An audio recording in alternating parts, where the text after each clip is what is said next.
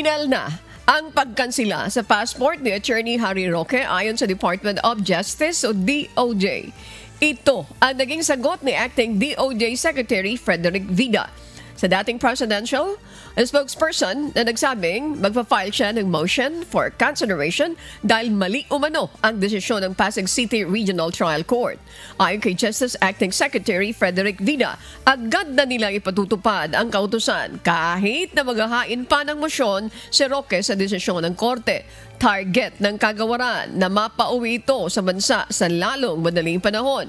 Nauna nang sinabi ni Attorney Roque na nagkamali ang korte ng desisyon.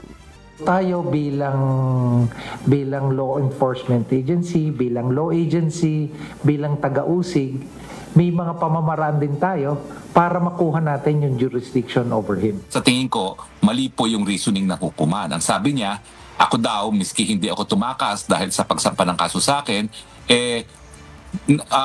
wala naman daw ako sa Pilipinas at nang walang balidong dahilan, no? Ibig sabihin, unjustifiable daw yung aking pagkaalis sa Pilipinas at yung aking pag-iwas sa jurisdiction ng hukuman.